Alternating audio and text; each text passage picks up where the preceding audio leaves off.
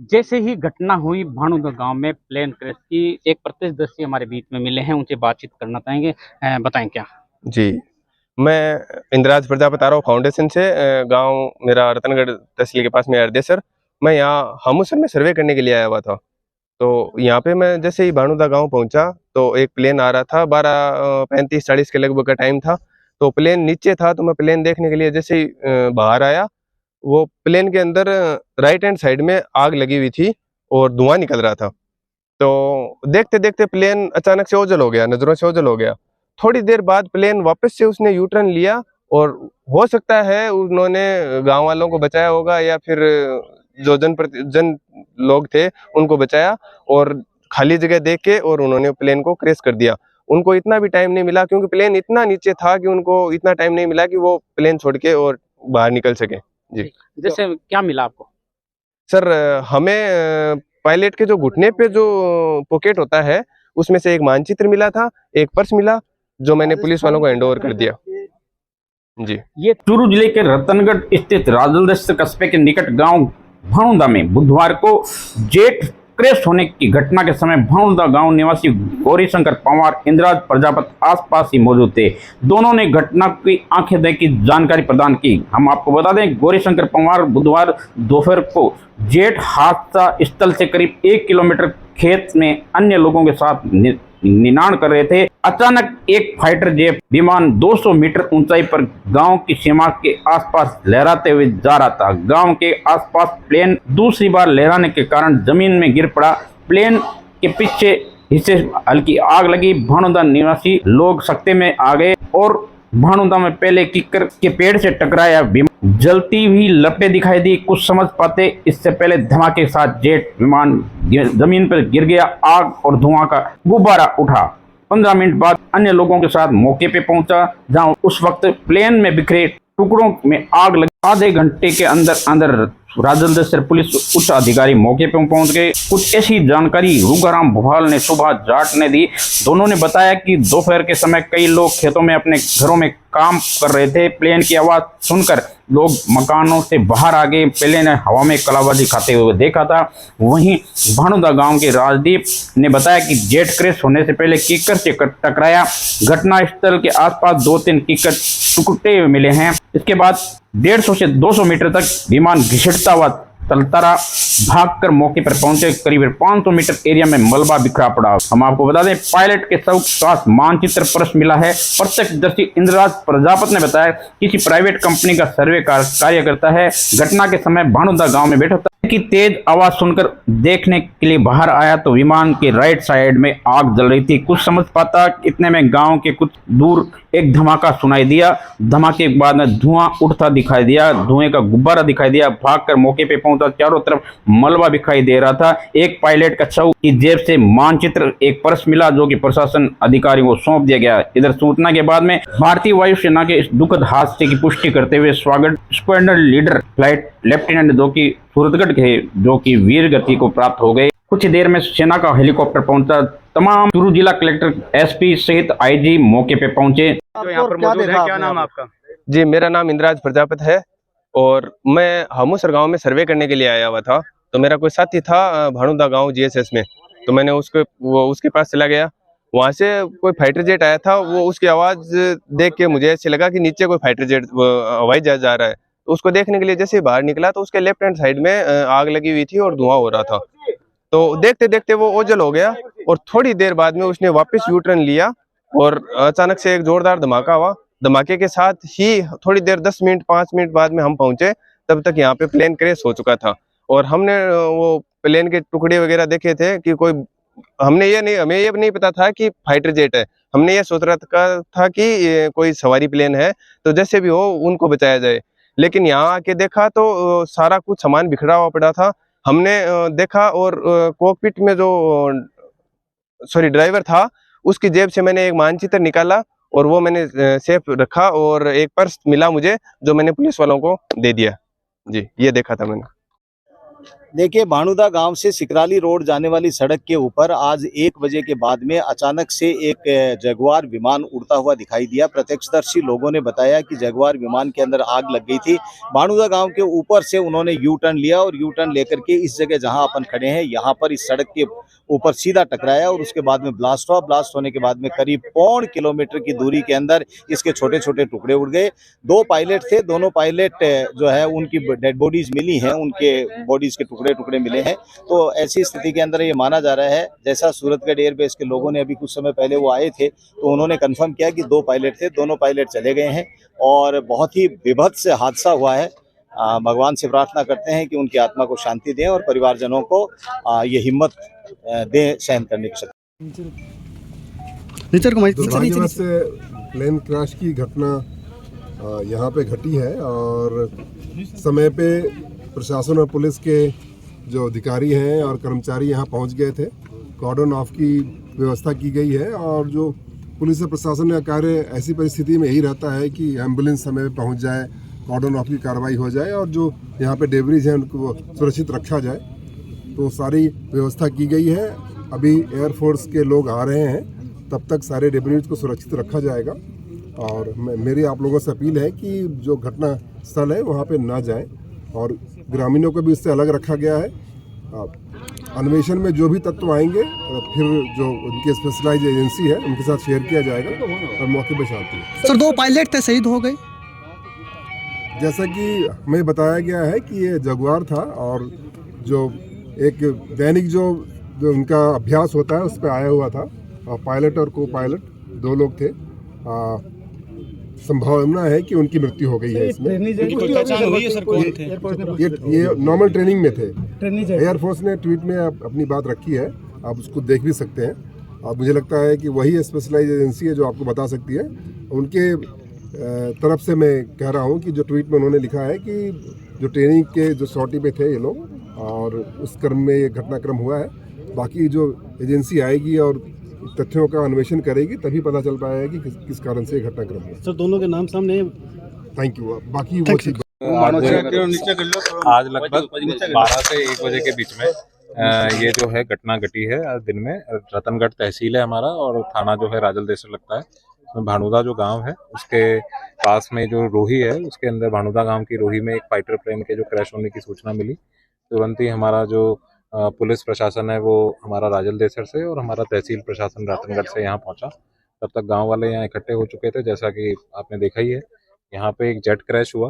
अभी प्राथमिक जानकारी से हम ये असर्टेन नहीं कर पा रहे हैं कि कैजुअल्टियाँ कितनी हैं, क्योंकि जिस तरह की हालत है मेरे पीछे जो क्रैश साइट है सब कुछ तितर बितर हो गया है, सारे चीथड़े उड़ गए हैं। तो हम भी असर्टेन कर रहे हैं। अभी एयरफोर्स से जैसे आपने देखा होगा कि कोई टीम आई थी, वो भी पूरा एनालिसिस कर रही है और अभी और हमारे एयरफोर्स के जो साथी हैं वो आ रहे हैं, पूरा एनालिसिस करेंगे। उसके बाद हम डिटेल में कैसे हुआ, क्या कारण रहे और अब आगे कैसे इसकी जांच होगी, उसकी सारी जानकारी आपको एयरफोर्स के ऑफिशियल उसके माध्यम से आपको मिलेगी। प्राथमिक जानकारी के अनुसार ये एक ट्रेनर जेट था और उसके अंदर जो 2 पायलट थे। हमें अभी तक ये नहीं सर्टेन कर पाए हैं कि इजेक्शन हुआ या नहीं हुआ, लेकिन जो पार्ट्स हैं कुछ हमें यहाँ मिले हैं तो हम सर्टेन करने की कोशिश कर रहे हैं कि कितनी कैजुअल्टीज एग्जैक्टली हुई है। अभी मैं उसके बारे में कौन से एयरबेस से कुछ ये थोड़ा देखिए, जो प्राथमिक जानकारी के अनुसार सूरतगढ़ एयरबेस से ये प्लेन जो था ये उड़ा था और बाकी डिटेल की क्या हुआ कैसे हुआ वो तो एयरफोर्स। 2 की अभी तक मालूम है, 2 पायलट शहीद हुए हैं। मैं नहीं कमेंट कर सकता उसके ऊपर, क्योंकि हमें जब तक सारे हम उसको सर्टेन नहीं कर लेते, क्योंकि इंटैक्ट अगर बॉडी हो तो हम उसके बारे में तभी कमेंट कर पाएंगे, अभी कमेंट नहीं करेंगे। Thank you sir. जिस पे तुरंत ही हमारे प्रशासन की और पुलिस की मौके पर पहुंच गई और यहाँ पे देखा तो जेट क्रैश हो रखा था और कुछ कैजुअल्टी भी हुई है इसके अंदर। गांव वालों ने बताया कि उन्होंने जैसे प्लेन को देखा था यहाँ गिरते हुए जेट को, तो उसके बाद यहाँ पर धुआं भी हुआ और काफ़ी मतलब एरिया में फैल गया है और बॉडी भी जो है जिसकी कैजुअल्टी हुई है उनके बॉडी भी पार्ट्स भी काफ़ी जगह फैल गए हैं। तो अभी इन्वेस्टिगेशन जारी है, एयरफोर्स टीम भी आ गई है, सब अपनी अनुसंधान कर रहे हैं, इन्वेस्टिगेशन कर रहे हैं और आगे कार्रवाई जारी है। ट्रेन क्रैश का मामला हुआ है, क्या है बताइए, आप तो उसमें गवाह हो। मेरा खेत है वो सामने दिख रहा हो, मैं कैसे प्लेन आया था और यहाँ पे क्रैश, उसके बाद जस्ट 5 मिनट बाद मैं पहुँच गया था। आपने क्या देखा? प्लेन क्रैश हो गया, उसमें आग लगी थी। उसके बाद प्लेन क्रैश हुआ है, उसमें जो भी आदमी थे उन्हें अलग अलग पार्ट्स मिले हैं इसके साथ में एक एयरफोर्स की डायरी भी मिली है जो हमने रतनगढ़ राजल देश एसओ साहब को दे भी दिया, और अलग अलग जो भी इनके डॉक्यूमेंट मिले हमने एसओ साहब को उपलब्ध कराया। हादसे के बाद आपने क्या देखा? हादसे के बाद बहुत मोटा गुब्बारा धुआं निकल रहा था, मतलब दर्दनाक हादसा साहब, बहुत मतलब देखने लायक धमाका नहीं हो दादा को, मतलब धुआं गुब्बारा इतना तेज निकला कुछ होगा धुएं का। एयरक्राफ्ट से निकलते कुछ देखा गया इंसान को, किसी को, पायलट वगैरह को? कोई नहीं निकला, कुछ बचा ही नहीं ना। अलग अलग मतलब पायलट के मतलब बॉडी के जो पार्ट्स हैं अलग अलग हमने मतलब खुद चुक के टीम को उपलब्ध कराया है, और मतलब बिखरा हुआ है पार्ट से, तो पता ही नहीं चला क्या हुआ इंसान से। आपका नाम? देखने लायक था ही नहीं। आपका नाम? राजदीप भंवर।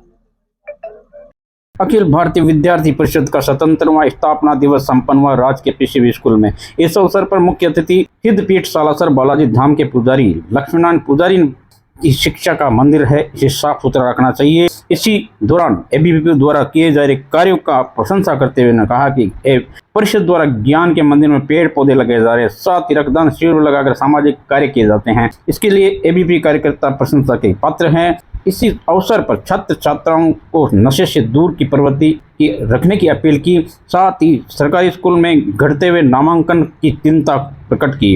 इससे पूर्व आए हुए सभी अतिथियों का स्वागत प्रतीक चिन्ह देकर सम्मानित किया गया। एबीवीपी कार्यकर्ताओं द्वारा एबीवीपी द्वारा दुपट्टा पहनाकर परिषद के कार्यकर्ताओं द्वारा सम्मान किया गया। इस अवसर पर एनसीसी कैडेट द्वारा परेड की सलामी दी गई, अतिथियों का सम्मान किया गया। इसी दौरान प्रिंसिपल रणवीर मेरिया प्रांत, संयोजक विशाल सोनी, संयोजक पुनीत सेन, नगर मंत्री अनिल प्रजापति, मिलन चौधरी सहित स्टाफ।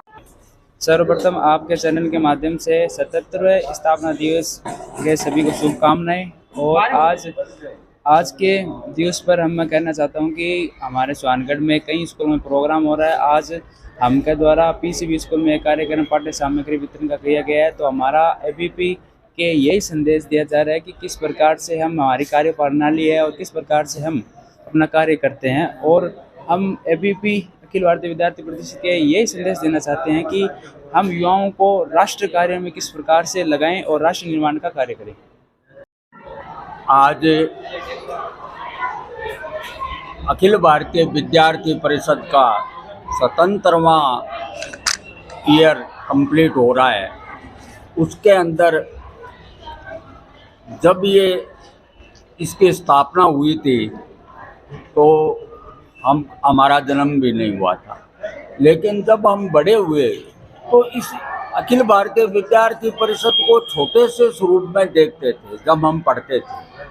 आज इसका विशाल स्वरूप जो विश्व पटल पे ये 1 नंबर पे आज विद्यार्थी परिषद के जो इसका कार्य चल रहा है, ये देख करके बहुत ही अत्यंत खुशी होती है। जो बचपन में हम लोगों ने कभी ये रखा था, सोचा था, उसको पूर्ण होता हुआ देख करके हम बहुत ही अंदर से गर्व का महसूस करते हैं।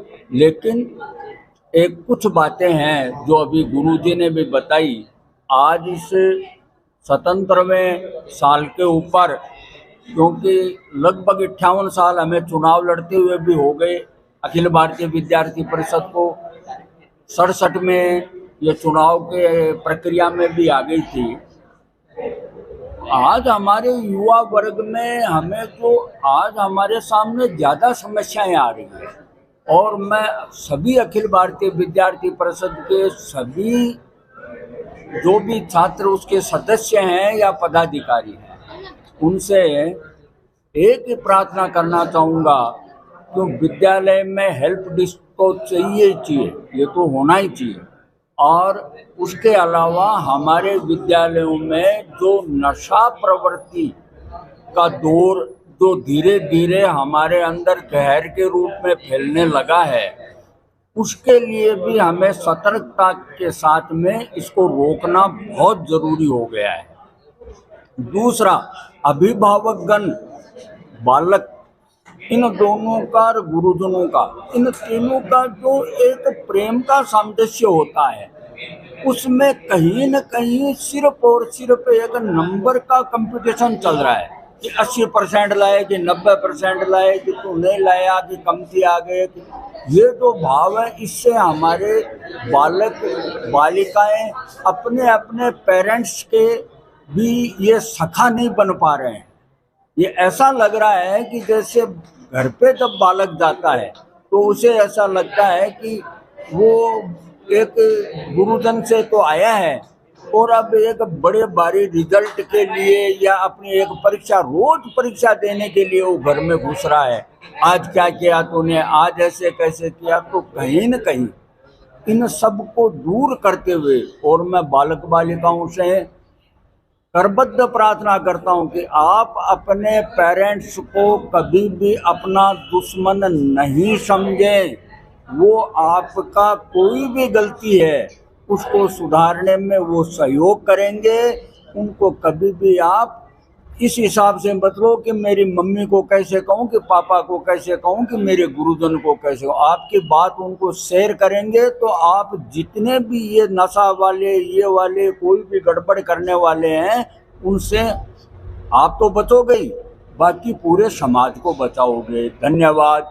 जय श्री बालाजी। 8 जुलाई को राजस्थान के मुख्यमंत्री पहुंचे चूरू जिले के जोड़ी गांव में, जहां पे भजनलाल सरकार ने कांग्रेस को आड़े हाथों लेकर भाजपा सरकार द्वारा 1.5 साल में किए गए कार्यों को गिनाते हुए प्रशंसा की अपने सरकार की। वहीं फिल्म निर्माता निर्देशक, राजस्थानी फिल्म निर्माता निर्देशक के रूप में पहचान बनाने वाले राजेंद्र सिंह शेखावत ने कहा कि सभी जानते हैं कि कांग्रेस के उसके कर्मों की सजा मिल चुकी है, लेकिन पूर्व सरकार कांग्रेस द्वारा अनुदान से वंचित रखी गई राजस्थानी फिल्मों के लिए कुछ नहीं बोले। राजस्थान के मुख्यमंत्री शेखावत ने कहा, यह तो सच है कि बोलते भी क्या, जब 1.5 साल में इस सरकार ने एक भी राजस्थानी भाषा की फिल्म को 1 रुपए का अनुदान नहीं दिया है। मोदी जी खुद कह चुके हैं कि वंचित को लाभान्वित करो। इसके बाद भी शेखावत का कहना है कि राजस्थानी फिल्मों के निर्माता निर्देशकों को अनुदान राशि जारी करके लाभान्वित नहीं किया गया है सरकार द्वारा। इस कारण राजस्थानी फिल्म के निर्माता खून के आंसू रो रहे हैं। भाजपा सरकार को चाहिए कि कांग्रेस द्वारा अपात्र घोषित करके अनुदान से वंचित रखी गई सभी राजस्थानी फिल्म को तुरंत अनुदान जारी करे। ऐसे में ऐसा नहीं किया गया तो कांग्रेस सरकार की तरह परिणाम भुगतने होंगे इस सरकार को भी। सरकार द्वारा कुछ नहीं किया गया। इस दौरान मीडिया से रूबरू होते शेखावत ने, मैं राजेंद्र सिंह शेखावत, फिल्म निर्माता निर्देशक। माननीय मुख्यमंत्री भजनलाल जी चूरू के जोड़ी गांव में आए थे तो उन्होंने कांग्रेस सरकार के 5 साल और अपने सरकार के 1.5 साल की तुलना की थी। उन्होंने कहा था कि कांग्रेस सरकार ने जो 5 साल में नहीं किया वो इन्होंने 1.5 साल में कर दिया। बड़े ही दुर्भाग्य की बात है कि इस 1.5 साल में इस सरकार ने एक भी राजस्थानी फिल्म को 1 रुपये तक का अनुदान नहीं दिया। इसी कारण से मुख्यमंत्री जी ने कला और संस्कृति विभाग का नाम तक नहीं लिया। लेते भी कैसे जब कुछ किया ही नहीं है उन्होंने। मैं तो कहता हूँ कि मोदी जी का कहना मानो। मोदी जी बार बार कहते हैं कि वंचितों को लाभान्वित करो, वंचितों को लाभान्वित करो, लेकिन ये जो सरकार है ये बिल्कुल सुनाई नहीं करती है उनकी। इस सरकार को चाहिए कि मोदी जी का कहना माने और कांग्रेस के जो अशोक गहलोत जी थे और बीडी कल्ला जी थे उनके द्वारा अपात्र घोषित करके राजस्थानी सिनेमा की जो फिल्में हैं उनको वंचित कर दिया गया था अनुदान से। उन सभी को तुरंत अनुदान जारी करे। सुजानगढ़ व आसपास के क्षेत्रों में अच्छी बारिश की सूचना मिली है, जहां पे किसानों के लिए राहत की खबर हो सकती है। वहीं सुजानगढ़ के मुख्य बाजारों में अनेक जगह, अनेक दुकानों में तेज बारिश आज सुबह होने की वजह से पानी इकट्ठा हो गया। ये सुजानगढ़ का घंटाघर के आसपास का दृश्य है। गांधी चौक में भी पानी काफ़ी इकट्ठा हो गया, जिसकी वजह से दुकानदारों को समस्या का सामना करना पड़ा। हम आपको बता दें, सुजानगढ़ में आज सुबह तेज़ बारिश हुई। सुबह 9 बजे के बाद में बारिश तेज़ होने लगी, जिसकी वजह से सुजानगढ़ के निचले इलाकों में काफ़ी पानी इकट्ठा हो गया। जहाँ पे आपको ये दृश्य बाज़ार का दिखा रहा हूँ, ये बाज़ार के आसपास जहाँ पे मोटरसाइकिलें भी डूबी हुई हैं, ये आप देख सकते हैं। दुकानों में पानी जाता हुआ दिखाई दे रहा है। ये सुजानगढ़ में नगर परिषद की कहीं ना कहीं लापरवाही देखने को मिल रही है। गांधी चौक स्थित कई दुकानों में भी पानी घुसा है। यहीं कई दुकानदारों ने अपनी बचाव के लिए संसाधन भी जुटाए हैं। सुजानगढ़ का ये स्टेशन रोड का भी ये दृश्य है, जहाँ पे लोग दुकानदार बैठे हैं। बारिश अमूमन देखा जाता है कम बारिश की वजह से गांधी चौक घंटाघर के पास में पानी इकट्ठा हो जाता है। वहीं आपको हर बार की तरह इस बार भी सुजानगढ़ के NK लोहिया स्टेडियम के हालात बिगड़े हैं बारिश की वजह से। बारिश की वजह से चारों ओर पानी इकट्ठा हो जाता है और स्टेडियम के हालात बिगड़ जाते हैं। नगर परिषद इसके बारे में भी नहीं ले रही है, सो नगर परिषद के लिए चुनौती बनी है ये। गांधी चौक स्थित अरोड़ा चाट भंडार जो कि प्रसिद्ध नमकीन की दुकान है, इस दुकान में भी भारी मात्रा में पानी देखा गया। दुकान के अंदर पानी इकट्ठा हो गया। इस दौरान हमने इस रिपोर्टिंग करके बताया। सुजानगढ़ आसपास के क्षेत्र में तेज बारिश हुई, रात्रि को भी बारिश हुई। मैं इस वक्त खड़ा हूँ गांधी चौक में। गांधी चौक हृदय स्थली है, हमेशा की तरह यहाँ पे पानी इकट्ठा हो जाता है थोड़ी सी बारिश। अब तो मैं बताना चाह रहा हूँ, पिछले 2 दिन जो पहले बारिश हुई उसमें भी भयंकर पानी इकट्ठा हो गया था, जिसकी वजह से जल भराव देखा गया गांधी चौक में। आज मैं इस जगह खड़ा हूँ जहाँ पे एक प्रसिद्ध दुकान है जो कि चाट पकौड़ी की दुकान है। मैं आपको दृश्य दिखाना चाह रहा हूँ। इस दुकान में हमेशा पानी घुस जाता है बारिश की वजह से। कहीं ना कहीं नगर परिषद का ये एक सवाल खड़ा होता है, क्योंकि यहाँ पे जो भराव की जो समस्या है, ढलान की समस्या है, इसकी वजह से आज तक इसका समाधान नहीं हो पाया है। व्यापारी परेशान रहते हैं। हालांकि बरसात थोड़ी देर होते ही गांधी चौक में पानी इकट्ठा होना बड़ी बात है। मैं ये दृश्य आपको दिखा रहा हूँ सुजानगढ़ के घंटाघर के नजदीक गांधी चौक का। हेलेंद्र लाटा की रिपोर्ट।